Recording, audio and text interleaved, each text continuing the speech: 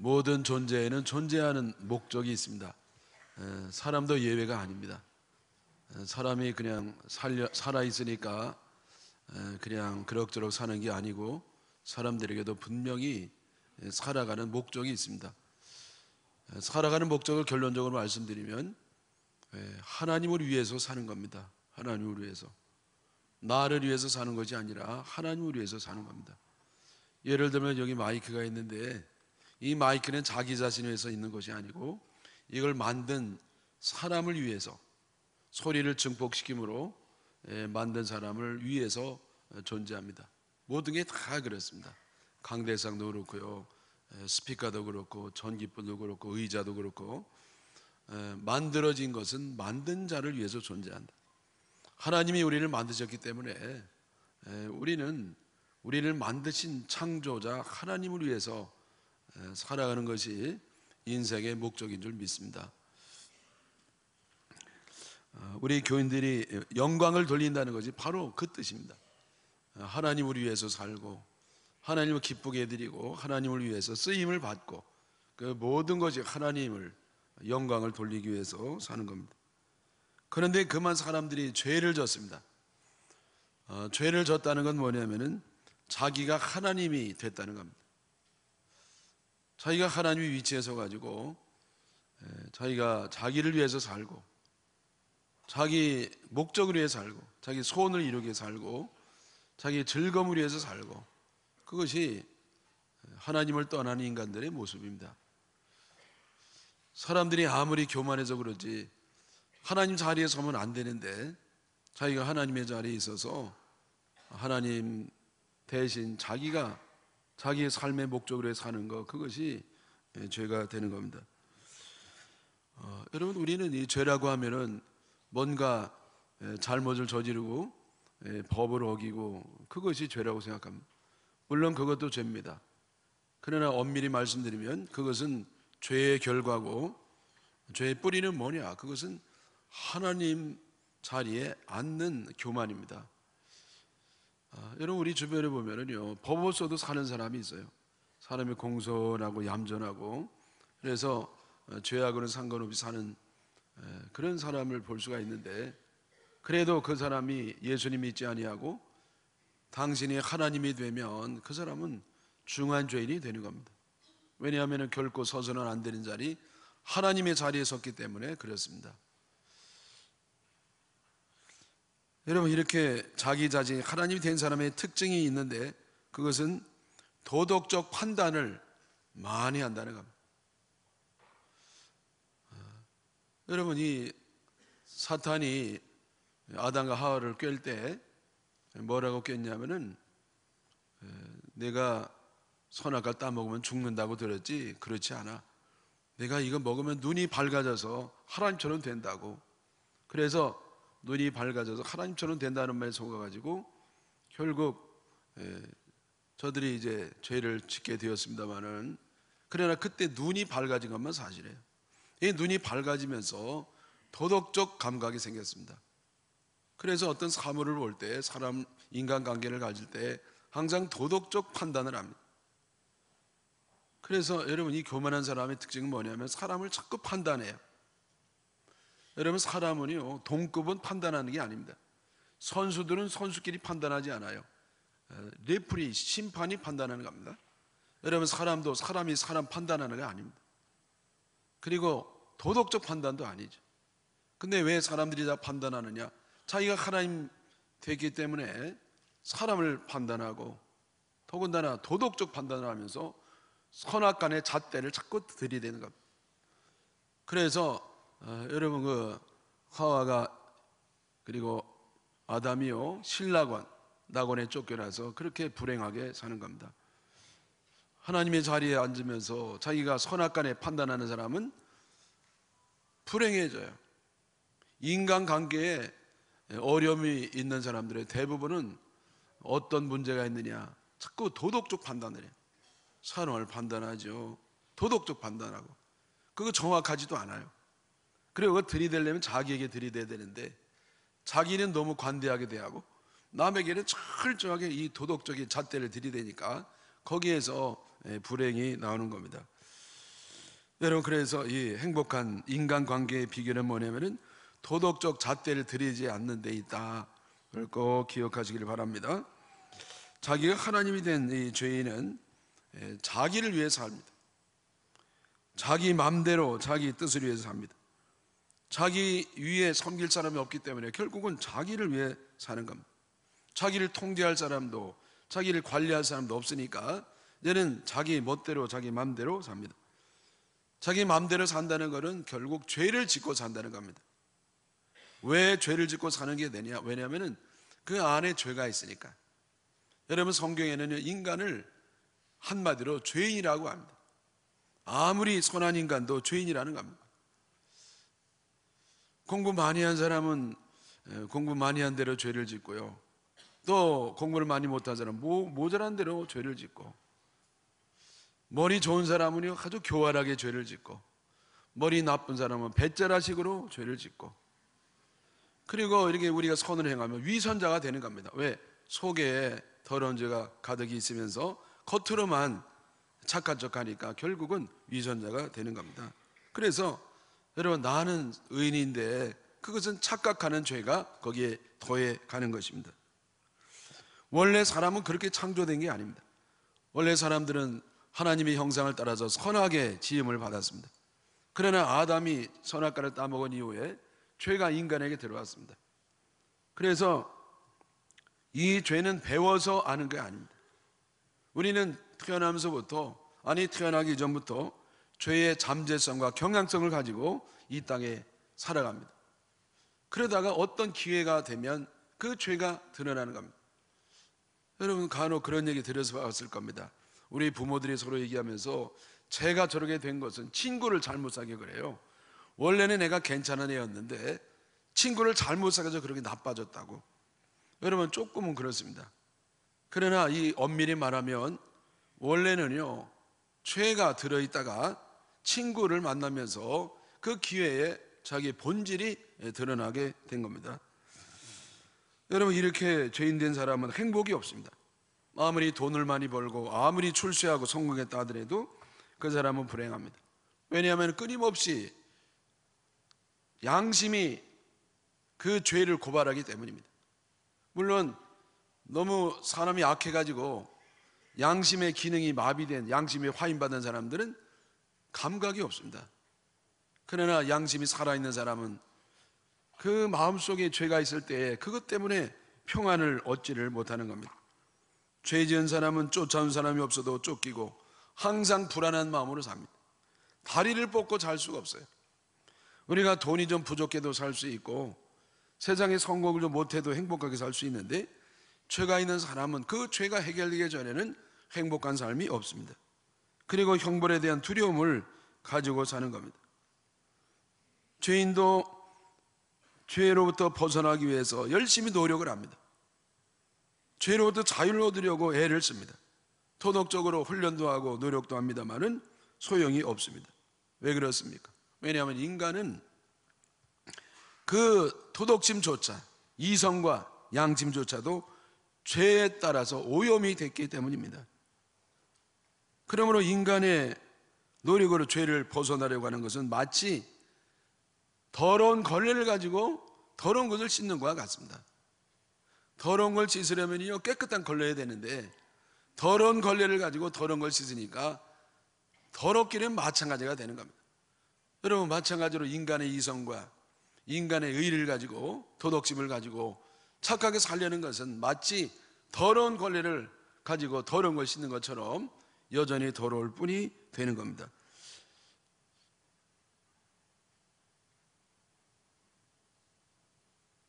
제 친구 가운데요 골초가 있어요. 엄밀히 얘기하면 뭐 친구는 아니고 동창이죠. 근데 예수도 안 믿고 그냥 골초가 돼버렸어요. 저를 만나더니요, 저를 만난 기념으로 담배를 끊는다는 겁니다. 그러면서 마지막으로 한 대만 피고 끊는다고. 그래서 담배를 탁 한 대 이거 피고 이 쓰레기통에 버리지도 않고요 탁 던지는 겁니다. 얼마나 결심이 대단하면 보지도 않고 탁 던져버렸어요. 이야, 참 결심이 대단하구나. 그 대화를 하다가 조금 한 10분쯤 지났는가요? 구멍가게로 들어가는 거예요. 여러분이 다 눈치를 챘겠습니다만은 담배를 사갖고 나오는 겁니다. 걔 내가 나 만난 기념으로 이렇게 담배 끊는다더니 10분도 안 돼가지고 뭐 하는 거냐 그랬더니 도저히 안 되겠대요. 여러분, 인간의 결심은요, 이 죄의 유혹 앞에서 무너지는 겁니다. 왜냐하면 인간은 본질적으로 진노의 자식이요, 죄인이기 때문에 그렇습니다. 여러분, 이런 고민은 사도 바울도 했습니다. 사도 바울은 이렇게 고민하는 겁니다. 하나님 앞에서 탄식을 해요. 내가 하나님을 뜻대로 살려고 하는 그런 선한 의지는 분명히 있는데, 그러나 내 안에는 또 다른 내가 있어가지고 죄를 짓고 육신의 욕망을 따라 살고 그러는 이 서로 상반된 마음이 있다. 그래서 내가 하나님 뜻대로 살지 못하게 하는 원인이 되고 있으니 이 사망의 몸에서 누가 나를 건져내랴. 나는 곤고한 사람이로다. 나는 너무 피곤한 사람. 이렇게 모순 덩어리인 인간, 이 인간이 어떻게 구원을 받을 수 있겠는가. 그러면서 탄식을 합니다. 여러분, 이런 안타까운 모습 가운데 있는 사람들에게 드디어 하나님이 개입을 하셨습니다. 하나님은 우리의 사랑이시고 우리를 너무 사랑하기 때문에 우리가 이러한 안타까운 모습 가운데 있기를 원하지 않으셨습니다. 그래서 하나님은 우리들에게 아들 예수님을 보내십니다. 그리고 그 예수님에게 우리가 짊어진 모든 죄짐을 다 감당하게 하시고 대신 우리 대신에 고통을 받으시고 죽임을 당하시고 우리 대신 그 모진 형벌을 받고 피 흘려 죽으셨다가 사흘 만에 부활하셔서 우리들에게 구원을 주신 줄 믿습니다. 여러분, 우리는 우리 스스로 구원받을 수가 없어요. 물에 빠진 사람이 자기 손을 잡고 나올 수가 없는 것과 마찬가지로 우리 인간은 스스로 구원을 할 수가 없지만은, 그러나 하나님께서 우리를 너무너무 사랑한 나머지 아들 예수님 보내셔가지고 그를 믿기만 하면 영생을 얻고 구원을 받고 하나님의 자녀가 되면 은혜를 주신 줄 믿으시기를 바랍니다. 여러분, 인류 역사상 어디서든지 또 어느 때든지 세 가지 죄가 공통적으로 있다고 생각합니다. 하나는 뭐냐면 무신론주의예요. 사람들은 마땅히 우리를 만드는 하나님 위해 살아야 되는데 더 많은 사람들이 하나님을 알지도 못하고 하나님을 믿지도 아니하고 존재를 인정하지도 아니하고 그리고 자기가 하나님이 되어서 그렇게 무신론주의로 살아갑니다. 또 하나는 배금주의입니다. 물질주의라고 하죠. 사람들이 뭘 가장 좋아하느냐? 돈을 그렇게 좋아하는 겁니다. 그래 자나깨나 그냥 돈이 하나님이 돼가지고 돈이 인생의 목적이 돼가지고 돈 벌려고 혈안이 돼서 그렇게 살아가는 겁니다. 그래서 돈 벌면은요, 벌지도 못하지만은 벌으면 나쁜 짓을 하는 겁니다. 여러분, 하나님 없는 사람은요 절대로 바르게 살 수가 없고 인간답게 살 수가 없는 겁니다. 죄인이기 때문에 돈 벌면 죄를 져요. 돈 많이 번 사람은 더 크게 많이 죄를 졌는 겁니다. 그러므로 여러분, 이 돈을 많이 번다 하더라도 행복하지 않죠. 세 번째 뭐냐면 쾌락주의가 있습니다. 돈 벌어 뭐 하느냐? 엔조이 한다는 겁니다.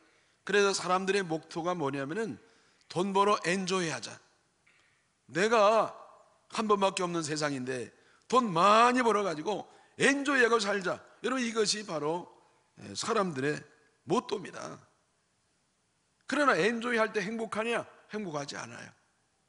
여러분, 인간의 탐욕과 정욕을 만족시키면 그때뿐이지 조금 지나면 그가 환멸감이 생기고 만족하지 못하고 결국은 다람쥐 쳇바퀴 걷듯 살면서 인생의 의미를 몰아버리고 모르고 무의미하게 사는 겁니다. 여러분, 이스라엘 백성들도 거기에 벗어나지 못했어요. 이들이 그것을 이기는 방법은 뭐냐? 율법이라고 생각했어요. 율법. 그래서 우리가 법대로 살면, 하나님의 법대로 살면 우리는 구원을 받을 것이라고 생각했습니다. 그래서 어려서부터 철저히 율법을 배웠습니다. 율법을 암송했습니다. 그리고 잘 보이는데 그냥 말씀을 다 썼습니다. 소매에도 말씀을 쓰고요. 그리고 이 이마에도 말씀을 이렇게 성냥깍처럼 해가지고 말씀을 붙이고 다니고, 그리고 옷에도 그거를 다 말씀으로 다 써서, 문에 들어가는 대문에도 말씀을 써서 붙이고, 여러분, 그 명패되어 있는 거기다가 말씀 주머니를 넣어가지고요, 말씀을 크게 자나깨나 말씀을 배우고 말씀을 암기하고 말씀대로 살려고 노력했지만은 그러나 저희들은 말씀대로 살지를 못했습니다. 그리고 말씀대로 사는 사람은 위선자가 되는 겁니다. 그래서 저들은요, 율법 가지고는 도저히 구원받지 못함을 알았습니다. 하나님이 개입하셨을 때 바로 은혜로 그를 구원하는 겁니다. 율법이 아니라, 법을 지킴으로가 아니라, 착하게 사는 노력이 아니라 이제는 하나님의 은혜로 구원을 받는다는 겁니다. 하나님의 은혜는 예수 그리스도가 아닙니다. 예수 그리스도의 보혈의 은총, 나를 향해서 흘리신 그 피를 내가 믿는 순간 하나님은 나를 죄 없다고 하시고 죄를 용서해 주시고 우리들에게 구원을 주시는 줄 믿습니다. 여러분, 이렇게 구원받은 사람은 항상 감사하는 사람이 됩니다. 왜냐하면 내 노력과 내 공로로 구원받는 게 아니라 순전히 100% 하나님의 은혜로 예수 그리스도의 보혈의 은총을 믿는 그 믿음으로 구원받았기 때문에 그렇게 구원받은 사람은 감사하지 아니할 수가 없어요. 여러분, 감사는 없고 불평만 있는 사람은 구원의 체험이 없는 사람입니다. 정말 구원의 체험이 있는 사람은 감사할 수밖에 없어요. 여러분, 신앙은요, 여러분 잘 들어보십시오. 신앙은 감사예요. 감사는 신앙의 여러 가지 덕목 가운데 하나가 아니라 신앙 자체가 감사입니다. 그리고 어쩌다가 감사가 아니라 항상 감사한 사람이 됩니다. 이렇게 항상 감사한 사람은 행복한 사람이 되는 겁니다. 여러분, 행복의 비결이 뭐냐? 감사하는 겁니다. 감사의 비결이 뭐냐? 구원을 체험하는 겁니다. 구원의 비결이 뭐냐? 예수 그리스도의 보혈의 은총을 믿는 겁니다. 그래서 여러분, 우리가 예수님을 믿을 때 내가 늘 행복한 사람이 돼서 이제 행복한 삶을 사는 줄 믿습니다. 죄 지은 결과는 죽음입니다. 죽음은 하나님과의 단절을 의미합니다. 하나님과 단절되기 때문에 우리는 하나님의 모든 것으로부터 결별이 되는 겁니다. 그래서 여러분, 우리는 살아있지만 이미 죽은 사람이에요. 내 생명은 진정한 생명이 아닙니다. 진정한 것은 영원합니다. 변하지 않아요. 여러분, 이 보석이요, 진짜 보석과 큐빅이 똑같아요. 맨 처음에는 어떻게 보면 큐빅이 더 빛납니다. 티도 없고. 그러나 좀 지나면 큐빅은 변합니다. 시커매집니다. 진정한 보석은 아무리 세월이 지나도 그대로 빛나는 존재가 되는 겁니다. 진정한 것은 변하지 않아요. 여러분, 인간의 목숨은, 이 생명은 진정한 것이 아닙니다. 왜? 죽으니까, 한계가 있으니까. 그러나 하나님의 생명은 진정한 생명입니다. 한 번 그 생명을 가지면 영원히 변하지 않습니다. 여러분, 우리는 죽어도 죽지 않습니다. 왜냐하면 하나님의 생명이 내 안에 있으니까.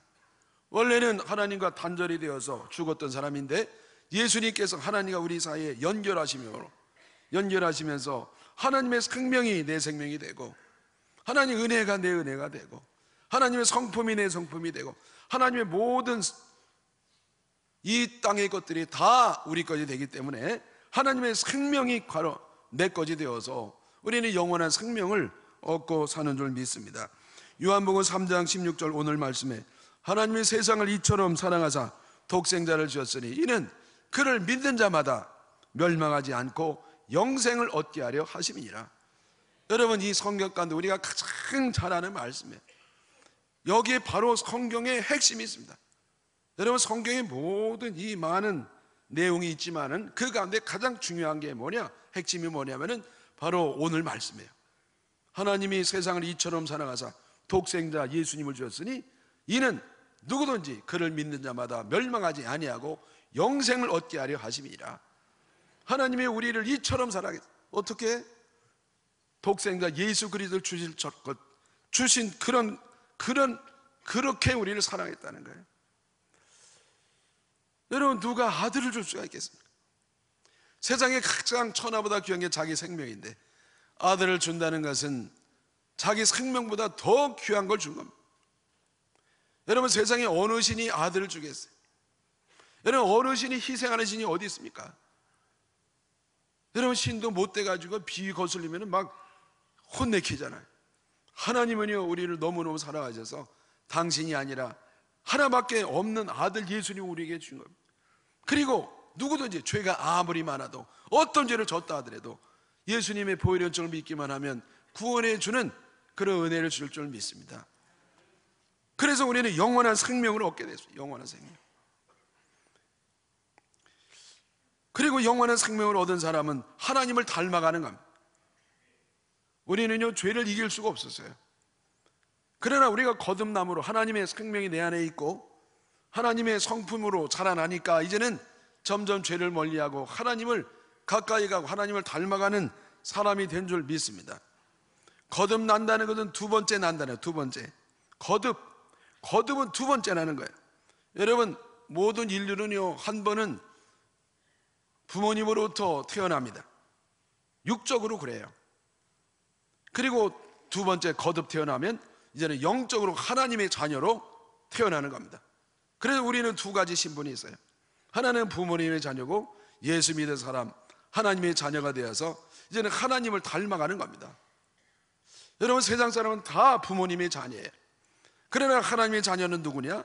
예수 그리스도를 믿는 사람이 성령의 신비한 능력으로 하나님의 자녀가 되는 겁니다. 여러분, 내 안에 생명이 있어요.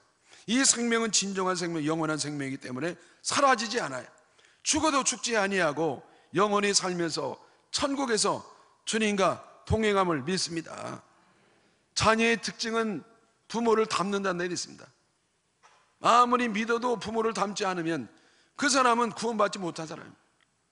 부모를 닮지 않는 자녀는 아무도 없습니다. 마찬가지로 하나님을 닮지 않은 하나님의 자녀는 없습니다. 내가 아무리 열심으로 교회를 다니고 아무리 찬양을 잘하고 아무리 안내를 하고 아무리 헌신을 한다 하더라도 하나님을 닮은 구성이 하나도 없다, 그것은 구원을 못 받은 겁니다. 속도는 좀 다를지라도 우리가 하나님의 자녀라고 하면 반드시 하나님의 자녀를 닮습니다. 하나님을 닮아요. 그러면서 죄를 이기는 능력을 갖는 겁니다.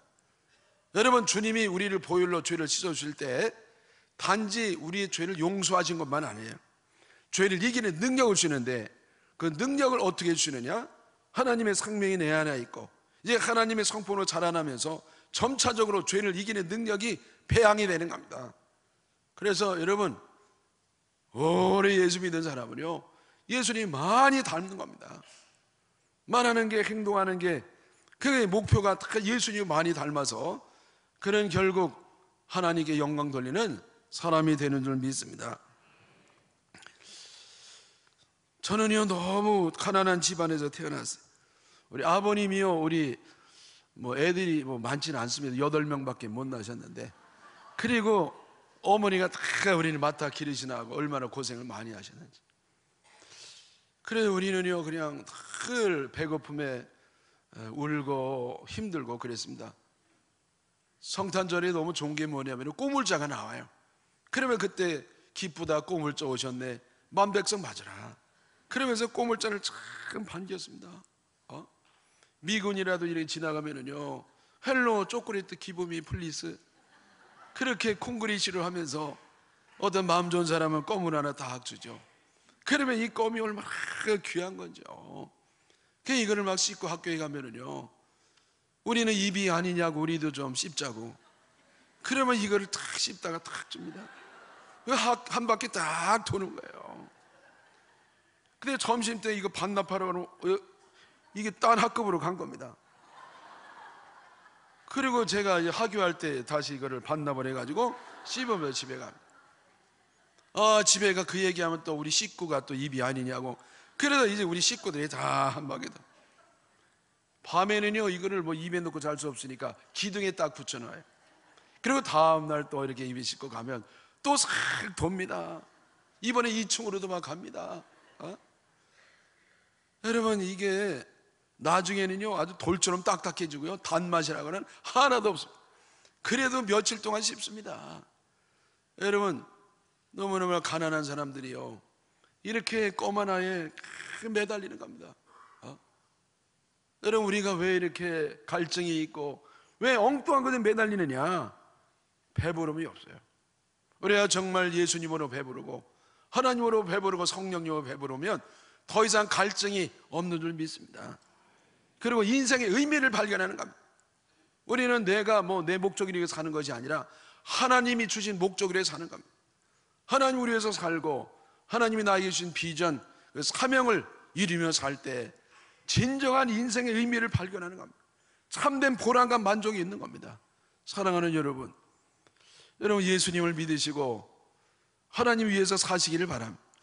한 번밖에 없는 인생인데 무의미하게 살지 마시고, 나를 위해 살지 마시고 하나님 위해 사시고 비전을 이루어드리고 사명을 잘 감당해서 인생이 피어나고 영원한 생명을 갖고 죽을 때는 저 영원한 천국에서 동행하시기를 주님의 이름으로 축원합니다.